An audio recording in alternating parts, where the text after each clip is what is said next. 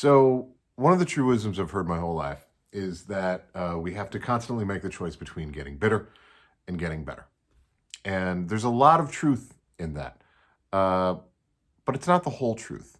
And the older I get, the more I'm wondering if maybe getting bitter might be a stop on the way to getting better. I've been spending time in the book of Ruth.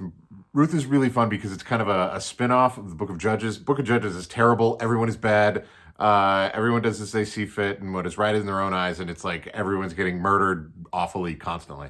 And the book of Ruth is this kind of like beautiful little romantic spin-off that happens right at the same time. It's almost like if someone like left the Breaking Bad universe and found themselves in the Gilmore Girls universe. It's that abrupt a shift.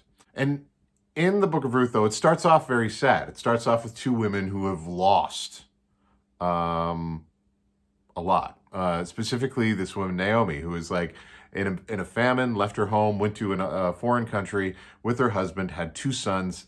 Those two sons were raised there, married there. They both died, and her husband died and is now going home empty-handed with her daughter-in-law. And she says this in the Bible. She says, they're saying like, hey, is this Naomi when she gets back to her hometown? And she says, don't call me Naomi, call me Mara, which means bitter, because the Almighty has made my life very bitter. I went away full, but the Lord has brought me back empty. Why call me Naomi? The Lord has afflicted me. The Lord has brought misfortune upon me.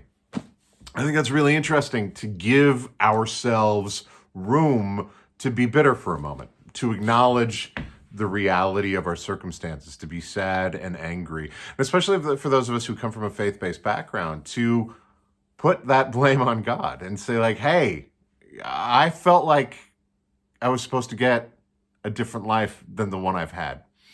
And there's lots of room for that all over the scriptures. But our religious structures have sort of told us that that's not how we ought to approach things. So if you're feeling stuck on your way to getting better, I wonder if it might be worthwhile to try on being bitter for a little bit.